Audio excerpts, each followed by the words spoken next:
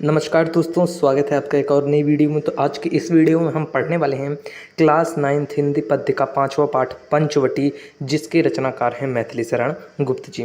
तो सीधे चलिए टॉपिक पर आते हैं। चारु चंद्र की चंचल किरणें खेल रही हैं जलथल में, स्वच्छ चांदनी बिछी हुई है अवनी और अंबर तल में।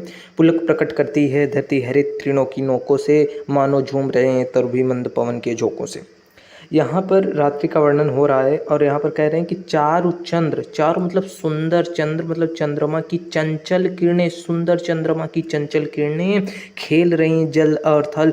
जल और थल अर्थात जल और थल धरती पर, और जो नदियाँ हैं, समुद्र हैं, उन सब में जो सुंदर चंद्रमा की किरणें हैं वो क्रीड़ा कर रही हैं, खेल रही हैं। और स्वच्छ चांदी चंद्रमा की सुंदर स्वच्छ चांदनी बिछी हुई है अवनी और अंबर तल में। अवन यानी कि धरती, अंबर तल आकाश में चारों तरफ स्वच्छ चांदनी बिछी हुई है। पुलक प्रकट करती है, पुलक अर्थात अपने हर्ष को, अपने सुख को प्रकट करती है। धरती कैसे प्रकट करती है? हरित तृणों की नोकों से। हरित तृण माने तिनकों की नोकों से, उस पर जो उसकी बूंदे हैं उनसे जो धरती है वो अपने हर्ष को प्रकट कर रही है। मानो झूम रहे हैं तरु भी, मानो जो तरु हैं अर्थात वृक्ष वो झूम रहे हैं मंद पवन के झोंकों से। ठंड मंद अर्थात धीमी धीमी पवन की झोंकों से जो पेड़ पौधे हैं वो भी झूम झूम कर अपनी प्रसन्नता को प्रकट कर रहे हैं। आगे देखते हैं।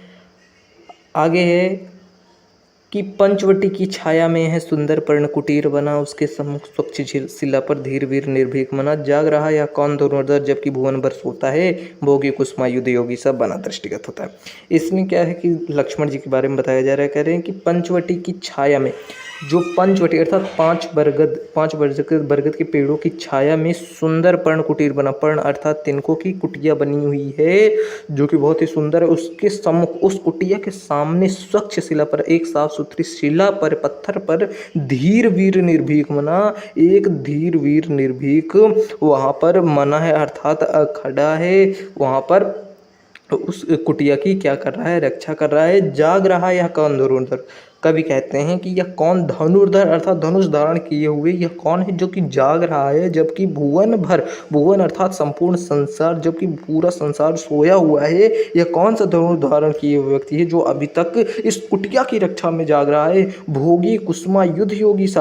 कुसुमायुध अर्थात कुसुम मतलब पुष्प, पुष्प युक्त अर्थात कामदेव की भोग, कामदेव की जैसे भोगी के समान अर्थात राज्य के योग, राजा के योग, योगी सा बना, जो कि अभी योगी के रूप में बना हुआ है, योगी सा बना दिख रहा है, दृष्टिगत होता है। यह कौन है जो धनुष धारण किए हुए, अब जबकि संपूर्ण संसार सो रहा है तब ये धनुष धारण करके उस कुटिया की रक्षा कर रहा है। जो भोगी कुसुमायुध अर्थात जो कि राज्य के योग अर्थात कामदेव के समान भोगी लग रहा है, किंतु वह अभी योगी के रूप में कार्यरत है, उस कुटिया की रक्षा कर रहा है। आगे देखते हैं कि किस व्रत में है व्रतिवीर, किस व्रत में है व्रतिवीर? यह निद्रा का यूं त्याग किए राजभोग के योगी विपिन में बैठा आज विराग लिए। बना हुआ है प्रहरी जिसका उस कुटीर में क्या धन है, जिसकी रक्षा में रत इसका तन है, मन है, जीवन है। कहते हैं कभी कि किस व्रत में है व्रतिवीर? कहते हैं कि इसने ऐसा कौन सा व्रत धारण किया है, इस वीर ने ऐसा कौन सा व्रत धारण किया था, ये किस व्रत का पालन कर रहा है जिसके कारण ये निद्रा का इस प्रकार, यूँ मतलब इस प्रकार त्याग कर दिया है राज्य भोग के योग्य विपिन। राजभोग अर्थात राज के जो राजा के बनने योग्य होता है अर्थात जिसे राजा के समान जो उसकी सारी सुविधाएं होती है उसका भोग करने योग्य ये जो है वह विपिन अर्थात जंगल में बैठा है आज विराग लिए। विराग को प्राप्त कर ये आज ये जो राजा की योग्य है, राजभोग के योग्य है, वो आज जंगल में विराग लेकर क्यों बैठा है, संन्यास लेकर क्यों बैठा है? बना हुआ है प्रहरी, प्रहरी अर्थात जिसकी रक्षा कर रहा है। प्रहरी अर्थात अब कहते हैं बॉडीगार्ड, मतलब बॉडीगार्ड नहीं सिर्फ गार्ड, यहाँ पर प्रहरी थे गार्ड यानी कि रक्षक। जो ये जिस कुटीर अर्थात जिस कुटिया की रक्षा कर रहा है, जिसका ये प्रहरी बना हुआ है, उस कुटीर में क्या धन है, उस कुटिया में ऐसा कौन सा धन है जिसकी रक्षा में रत अर्थात रम चुका है, जिसकी रक्षा में इसका तन मन और जीवन सब कुछ जिसकी इच्छा में ये न्यौछावर कर रहा है। उस कुटिया में ऐसी आखिर क्या बात है, ऐसा कौन सा धन उस कुटिया में रखा हुआ है। आगे देखते हैं, आगे बताते हैं कि उस कुटिया में ऐसा कौन सा धन है।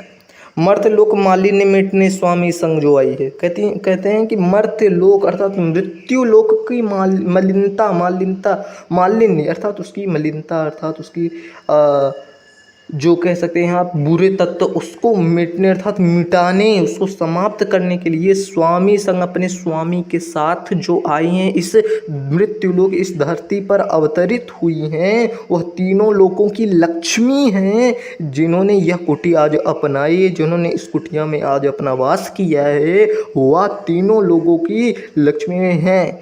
वीरवंश की लाज यही वीरवंश अर्थात ये किस वंश के थे, सूर्यवंश के। हाँ, तो ये सूर्यवंश की लाज है, ये एक ऐसे अवध की पूरे राज की लाज हैं। फिर क्यों वीर न हो पर, जब एक वीरवंश की ये पुत्रवधू हैं और ये वीरवंश की एक पुत्री हैं, जनक राजा की पुत्री और दशरथ की पुत्रवधू, फिर क्यों वीर न हो पर प्रहरी। तो फिर जिस कुटिया में ऐसा अमूल धन है उसका प्रहरी एक वीर क्यों न हो। विजन देश है, विजन अर्थात निर्जन, बिना लोगों की ये जो देश है, जो नगर है बिना लोगों का है। निशा शेष है, निशा अर्थात रात्रि अभी शेष है, निशाचरी माया ठहरी, और निशाचरी अर्थात निशाचरी रात्रि में जागने वाले लोग, रात्रि में अपना जीवन व्यतीत करने वाले लोगों को निशाचरी कहते हैं। निशाचरी अर्थात निशाचरों की माया अभी ठहरी हुई अर्थात उनकी माया भी हो रही है। आगे है कि क्या ही स्वच्छ चांदनी है, क्या ही है निस्तब्ध निशा, है स्वच्छंद सुमंद गंधवा निरानंद है कौन दिशा, बंद नहीं अब भी चलते हैं नियति नटी के कार्यकलाप, पर कितने एकांत भाव से, कितने शांत और चुपचाप। यहाँ पर जो कवि है मैथिली शरण गुप्त जी, वो रात्रि का वर्णन कर रहे हैं और कह रहे हैं कि रात्रि कितनी शांत रहती है और कितनी रात्रि में क्या क्या चीज़ें होती हैं, उन सारी चीज़ों को कह रहे हैं क्या ही स्वच्छ चांदनी है। कहते हैं कि जो चांदनी बिखरी हुई चारों तरफ वो कितनी स्वच्छ है, सुंदर है क्या ही निस्तब्ध, निस्तब्ध मतलब एकदम शांत रात्रि है, और है स्वच्छंद, स्वच्छंद अर्थात जो स्वतंत्र हो, सुमंद जो धीरे धीरे, मंद मंद गंध अर्थात वह सुगंध जो चारों तरफ फैली हुई है, स्वतंत्र रूप से मंद मंद धीरे धीरे बह रही है। निरानंद, निरानंद है कौन दिशा, निरानंद, निरानंद का संधि विच्छेद करेंगे, निधन आनंद अर्थात बिना आनंद की ऐसी कौन सी दिशा है जहां आनंद नहीं, अर्थात चारों दिशाओं में आनंद ही आनंद है, बंद नहीं यानी कि अभी बंद नहीं है। क्या बंद नहीं है, अब भी चलते हैं यानी कि रात्रि को भी चलते हैं। क्या नियति नटी, नियति भाग्य के, नियति के नटी, नियति रूपी नटी अर्थात नृतिका, नियति रूपी नृतिका के कार्यकलाप अब भी चलते हैं, रात्रि में भी चलते हैं, वो बंद नहीं होते, पर कितने एकांत भाव से। किंतु रात्रि में जो नियत नटी के कार्यकलाप हैं वो कितने एकांत भाव से, शांत और चुपचाप, बिल्कुल शांति से वो कार्य चलते रहते हैं, किसी को तनिक भी भनक नहीं लगती। आगे बढ़ते हैं, आगे है कि है बिखेर देती वसुंधरा मोती सबके सोने पर, रवि बटोर लेता है उनको सदा सवेरा होने पर, और विरामदायिनी अपनी संध्या को दे जाता है शून्य श्याम तन जिसके उसका नया रूप झलकाता है।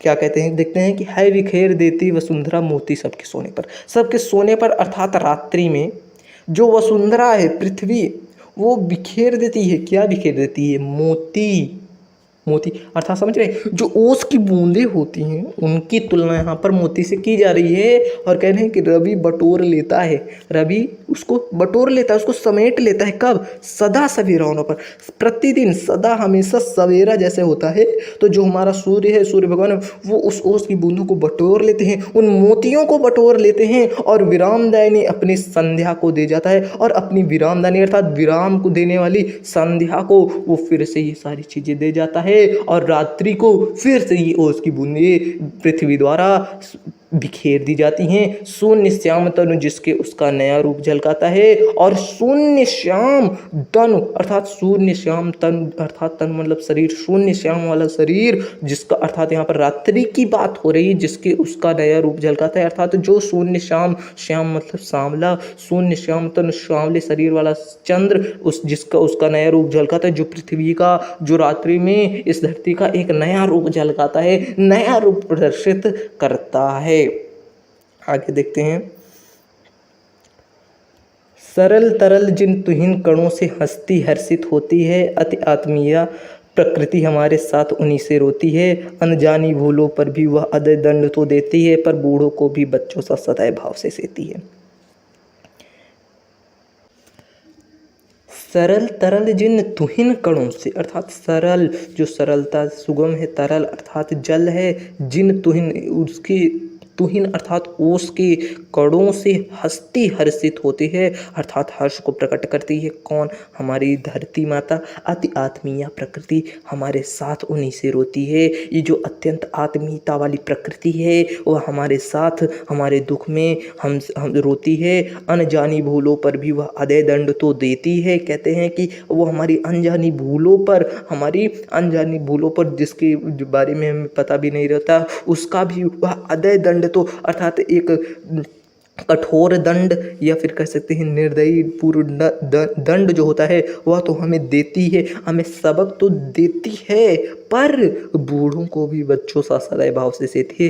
किंतु ये जो हमारी धरती माता है यह बूढ़ों को भी बच्चों सा सदैव अर्थात दया के साथ सदैव भाव से दयापूर्ण भाव से सेती है, उनका पालन पोषण करती है। आगे देखते हैं।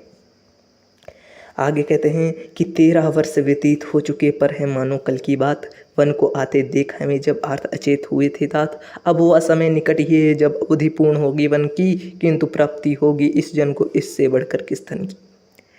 यहाँ पर लक्ष्मण जी कह रहे हैं कि 13 वर्ष व्यतीत हो चुके। लक्ष्मण जी कह रहे हैं कि वन के जो हमारे 14 वर्ष थे उसमें से 13 वर्ष व्यतीत हो चुके हैं, पर है मानो कल की बात। लेकिन मानो ये कल की ही बात हो कि हम वन को आ रहे हैं और हमें वन को आते देख जब आर्त अर्थात व्याकुल हो गए थे, अचेत हो गए थे, अचेत अर्थात मूर्छित हो गए थे।